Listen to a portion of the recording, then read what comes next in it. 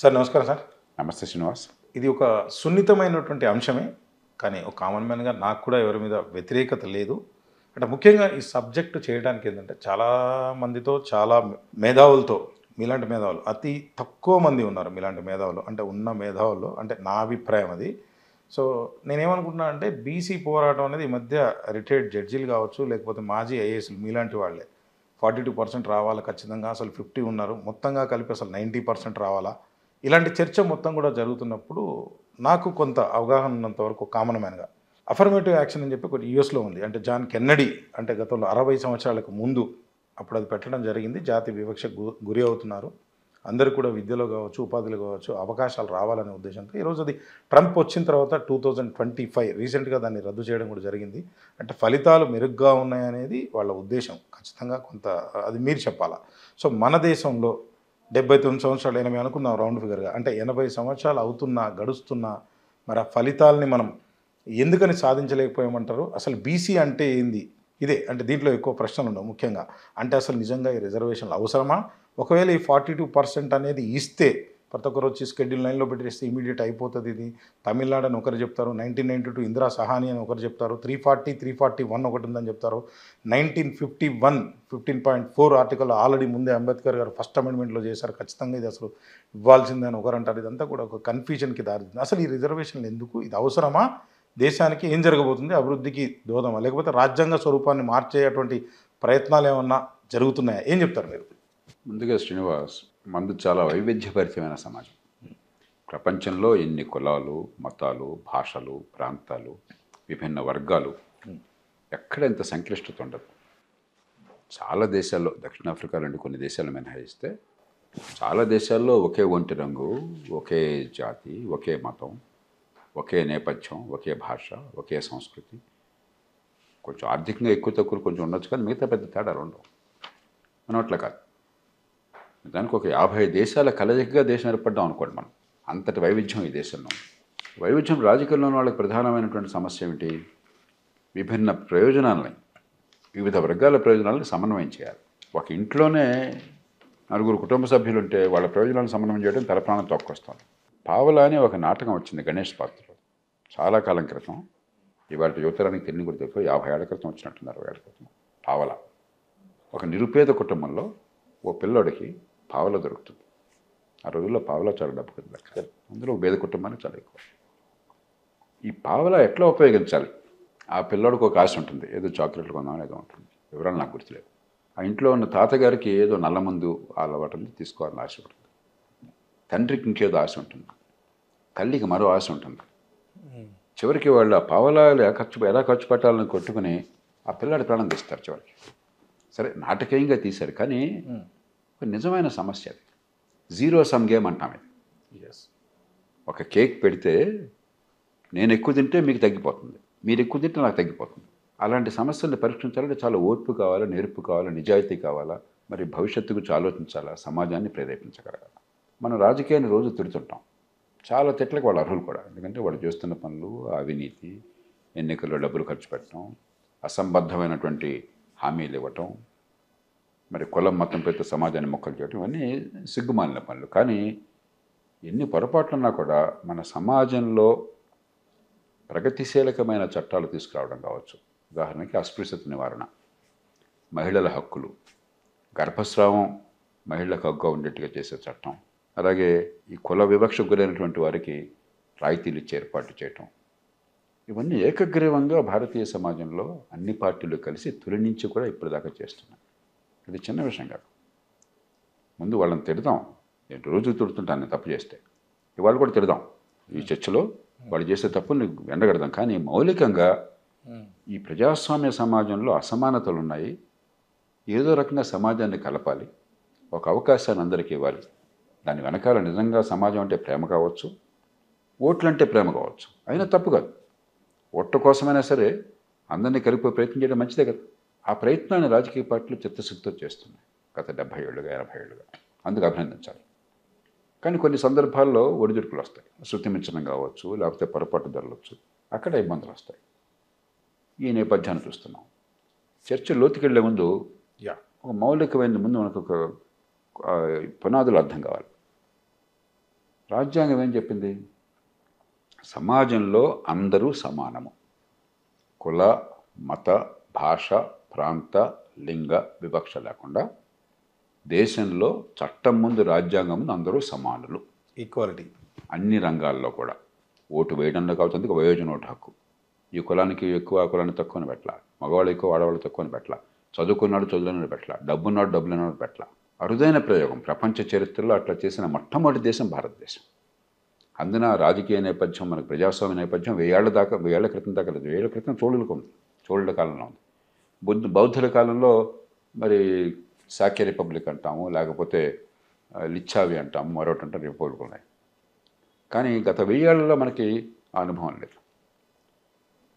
విపరీతమైన పేదరికం అన్నది, తీవ్రమైన అవిద్య తాండవిస్తుంది. ఇప్పటికి కూడా ఆ విద్య సరిగ్గా లేదు, మనం ఉందని నటిస్తున్నాం. ఆ రోజు ఏముంది, 40 ఏళ్ళలో ఏమీ లేదు. అలాంటి సమాజంలో అంత సాహసంతో మన దేశ నిర్మాతలు ఈ దేశంలో వయోజన హక్కు ఇచ్చారు. దానిలో కీలకమైన భాగంగా అందరూ సమానమే ముందు, అది మౌలికమైన సూత్రం. కానీ దానికి మినహాయింపు ఒకటి తీసుకొచ్చారు. ఏమిటి మినహాయింపు?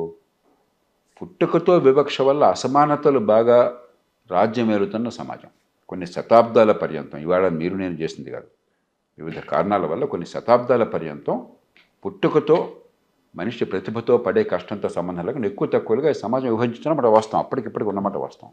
అలాంటప్పుడు రెండు ఉన్నాయి మన రాజ్యాంగ నిర్మాతల మనసులో. ఒకటి, అందరికీ అవకాశాలు ఇవ్వాలన్న ఆకాంక్ష మనకు ఉన్నప్పుడు అవకాశాల కోసం ప్రత్యేక రాయితీలు ఇవ్వకపోతే అసమానుల మధ్య సమానత్వం సాధ్యం కాదు.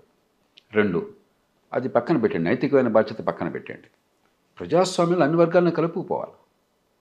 ప్రజాస్వామ్యం ఏంటంటే మన సమ్మతితో రాజ్యం వెళ్తారు.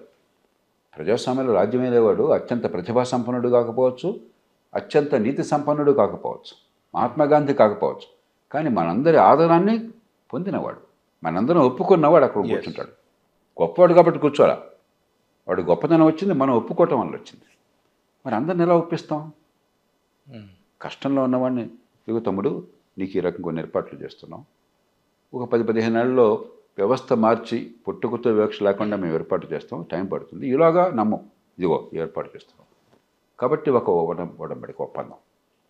ఈ రెండు కారణాలుగా అందరికీ అవకాశాలు రావాలి, నైతిక బాధ్యత అని ఒకటి, ప్రజాస్వామ్యం అందరినీ కలుపుకుపోవాలి, లేకపోతే ప్రజాస్వామ్యానికి సార్థకత ఉండదు, కాబట్టి వాళ్ళందరినీ ఒప్పించాలి. ఈ రెండు కారణాలుగా రిజర్వేషన్లు ఏర్పాటు చేశాం. కానీ మౌలిక సూత్రం మర్చిపోకూడదు, సమానత్వం మౌలిక సూత్రం, దాని మినహాయింపు రిజర్వేషన్లు. రిజర్వేషన్లో మినహాయింపే అసలు ఒరిజినల్ ప్రిన్సిపల్ని మింగేసింది అనుకోండి. ఉదాహరణకి మనకి సమాజంలో సామాన్య సూత్రం అంటే అందరికీ అర్థమయ్యే భాషలో, ఓ మనిషిని ఇంకో మనిషిని హత్య చేయకూడదు. హత్య భయంకరమైన పాపము, చట్టరీత్యా అత్యంత తీవ్ర నేరము, ఉరిశిక్ష పడిన నేరం. కానీ జనరల్ ఎక్సెప్షన్స్ అంటారు. ఓకే, వాడు మిమ్మల్ని చంపేస్తుంటే ఆత్మరక్షణార్థం, ప్రత్యేక పరిస్థితులు, ఇంకెవరినైనా చంపుతుంటే, బలాత్కారం చేస్తుంటే, లేకపోతే ఆమెను మానభంగం చేస్తుంటే, వేరే గత్యంతరం లేకపోతే, అప్పుడు తప్పనిసరి వాడిని చంపాల్సి వస్తే అది నేరం కాదు. ఈ మినహాయింపుని మనం రూలుగా పెట్టేసి ఎవరిని చంపినా నేరం కాదన్నా నాకు ఏమవుతుంది? సమాజం బతుకుతుందా? కాబట్టి మౌలిక సూత్రాలను మనం ఎప్పుడు కూడా మింగేయకూడదు. మినహాయింపుగా ఉండాలి. ఇది రాజ్యాంగ సూత్రం. ఏమైందంటే రాజ్యాంగం పెట్టినాడు డాక్టర్ బాబాసాహెబ్ అంబేద్కర్ కానీ ఇతర రాజ్యాంగ పెద్దలు కానీ ఏమనుకున్నారు? ఎందుకు 10 ఏళ్ళని పెట్టారు? అందరికీ ఎలాంటి పుట్టుక ఉన్నా, ఎలాంటి కుటుంబం అయినా కూడా మేధస్సు వికసించే ఏర్పాటు మనం చేయాలి, అది రాజ్యం పాత్ర. కానీ సమయం పడుతుంది, 10 ఏళ్లలో చేద్దాం. ఈ 10 ఏళ్లలోపు నీకు ఊరట కలగడానికి, నమ్మకం కలగడానికి ఇదిగో ఏర్పాటు అన్నారు. సార్ రాజ్యాంగంలో ఇది 10 సంవత్సరాలు ఉందా? 10 ఏళ్ళనే పెట్టారు. మొదట 10 ఏళ్ళనే పెట్టారు. 10 ఏళ్ళు ఎందుకు పెట్టారంటే 10 ఏళ్ళు కదా 15 ఏళ్ళు పెట్టారు. 10 ఏళ్ళు పెట్టారు. ఎన్ని ఏళ్ళు పెట్టారు? పరిమిత కాలం అని పెట్టారు. ఎందుకు పెట్టారు? ఈలోగా పుట్టుక వల్ల మీకు వివక్ష లేకుండా, పుట్టుక వల్ల నష్టపోకుండా ప్రభుత్వం చేయగలిగింది ఏంటి? శ్రీనివాస్, మీరు ఫలానా అమ్మాయిని పెళ్లి చేసుకుంటే ప్రభుత్వం మీకు చెప్పలేదు, మీ ఇష్టం. కులంలో చేస్తుంటారు, బయట చేస్తుంటారు, మీ ఇంగిత జ్ఞానమో మీ ఇష్టం, అంతే కదా. అలాగే నువ్వు ఇట్లాగే ఉండని చెప్పలేరు. కానీ ప్రభుత్వం చేయగలిగింది ఏంటి? వివక్ష పోవాలంటే ప్రభుత్వం చేతిలో ఉంది ఏంటి? అందరికీ పుట్టుకతో నిమిత్తం లేకుండా ప్రతిభ వికసించి ఏర్పాటు చేయగలం, అదే విద్యా నైపుణ్యం. సమాజంలో అందరికీ ఉపాధి అవకాశాలు కల్పించేందుకు తగిన రీతిలో ఆర్థిక వ్యవస్థను పెంచగలం, ఆదాయాలు పెరిగే అవకాశం ఉంటుంది. కులం వివక్ష చూపెడితే శిక్షించగలం, కులం పేరుతో అవమానిస్తే, దూషిస్తే, అశ్రుతిపడి తీసుకెళ్ళగలం. రాజ్యం చేతులు ఇవి ఉన్నాయి. కానీ శ్రీనివాస్ ఎవరిని పెళ్లి చేసుకుంటారు, ఎవరితో సఖ్యంగా ఉంటారు, ఎవరితో ప్రేమగా వెలుగుతారు, ఎవరు భుజం మీద చేస్తారు, అది మీ ఇష్టం. మీరు చేసే పని నాకు ఇష్టం లేకపోతే మీరు మీ కులం వాళ్ళని కలుపుకోవచ్చు, రైట్. వేరే వాళ్ళని దూరంగా పెట్టచ్చు. కానీ చట్టాన్ని ఉల్లంఘించేంత వరకు రాజ్యం ఏం చేయలేదు. కాబట్టి రాజ్యం పాత్ర ఏమిటి? తన పాత్రను తను సమర్థంగా నిర్వహించి ఈ కులమనే వివక్ష వల్ల ఆ బిడ్డలు నష్టపోకుండా తలెత్తుకుని ధీమాగా బతికి ఏర్పాటు చేయడం. అది ఎట్లా సాధ్యం? అత్యున్నత ప్రమాణాల విద్య. ఇప్పుడు నిరుపేద కుటుంబాలు అంబేద్కర్ నిరుపేద కుటుంబంలో పుట్టాడు, అస్పృశ్య కుటుంబంలో పుట్టాడు, అక్షరజ్ఞానం లేనినాడు పుట్టాడు. ఎందుకు అంబేద్కర్ కానాడినాడు ఇంత గౌరవిస్తున్నాం మనం? ఆ విద్య అనేది ఆయన ప్రతిభని వికసింపజేసింది. ప్రతిభ విషయంలో ఎవరికి తీసిపోయినవాడు కాదు.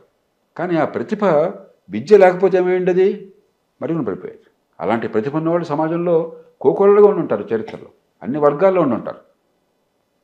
పేటికాంతర్గ రత్నం అంటారు మనం. అంటే మన రత్నాన్ని బయట తీసుకొచ్చి ప్రకాశం బాగా సానబెట్టి సూర్యకాంతిలో పెడితే దేదీప్యంగా ప్రకాశిస్తుంది. కానీ పెట్టిలో పెట్టి గొడ్డలో దుట్టు పెట్టేస్తే రత్నం ఏముంది, రాయ ఉంది, రెండు ఒకటేగా. ప్రతిభ కూడా అంతే. వికసించాలని చెప్పంటే మంచి ప్రమాణాల విద్య కావాలి, ఉత్పాదకత కావాలంటే మంచి ఆరోగ్యం కావాలి, అవకాశాలు కావాలంటే చట్టం ముందు అందరూ సమానం కావాలి, చట్టబద్ధ పాలన కాగితం మీద నిజంగా అమలు కావాలి. ఇవన్నీ మేము చేస్తాం, ఈలోగా ఈ రాయితీ ఇస్తున్నాం నమ్మకం కోసం. అది ఉద్దేశం. అందుకోసం పరిమిత కాలం ఉన్నారు. మన మూర్ఖులు ఏం చేసి ఎక్కడ కొంచెం పరుషంగా మాట్లాడుతున్నాం. మన మూర్ఖులు ఏం చేశారు? అసలు రాజ్యం చేయాల్సిన పని చేయకుండా పక్కన పెట్టేసి మినహాయింపుగా వచ్చిందనే పరిష్కారంగా నటించి జనంలో కులానికి మధ్య సమాజంలో సహజంగానే అసూయలు ఉంటాయి, మరి కోపం ఉంటుంది, ద్వేషం ఉంటుంది. ఈ జీరో సమ్ గేమ్ కాబట్టి వాడు ఎక్కువ నాకు ఎక్కువ తక్కువలు ఉంటాయి. రాజకీయంలో దీన్ని కులాన్ని మాత్రమే జనాన్ని సమీకరించే మార్గంగా చేపట్టి ప్రజలను ఆకట్టుకునే శక్తి లేక, మంచి పరిపాలన ఇచ్చేటువంటి ధైర్యమో లేకపోతే చిత్తశుద్ధి లేక రిజర్వేషన్ల చుట్టూ రాజకీయం నడుపుతున్నారు. చివరికి ఏమవుతుంది? రిజర్వేషన్ పొందిన వర్గాల్లో అరే మాకు నిజంగా సమాజంలో లాభం కలిగిందనే భావనలు, ఎందుకంటే లాభం కలగట్లా, నటిస్తున్నాం. కొద్దిమందికి లాభం కలగచ్చు, కానీ లాభం కొద్దిమంది కలుగుతుంది. ఆ కలిగేది కూడా ఉన్న కొద్దిగా ఏమవుతుంది? తొలితరం ఎట్లా ఉన్నా కూడా ఒక కలెక్టర్ కొడుకు అవకాశం వస్తుంది, ఒక మంత్రి కూతురికి అవకాశం వస్తుంది. ఏదో అదృష్టం కొద్దో, కష్టం కొద్దో, ప్రతిభ కొద్దో కోటీశ్వరుడి పిల్లలకు అవకాశం వస్తుంది. అదే వర్గంలో నిరుపేదలకు అవకాశం లేకుండా పోతుంది. ఏ కులంలో పుట్టినా కూడా గ్రామంలో పెరిగితే, పేద కుటుంబంలో పెరిగితే, మామూలు ప్రభుత్వ స్కూల్కో మరో చోటుకో పేద స్కూల్కి వెళ్తే వాళ్ళ ప్రతిభ వికసించకుండా పడిపోతుంది. దాని గురించి మనం మాట్లాడలా. ఏమవుతుంది? నేను ఫస్ట్ క్లాస్ కంపార్ట్మెంట్ ఉంది, లేకపోతే ట్రైన్ ఉంది.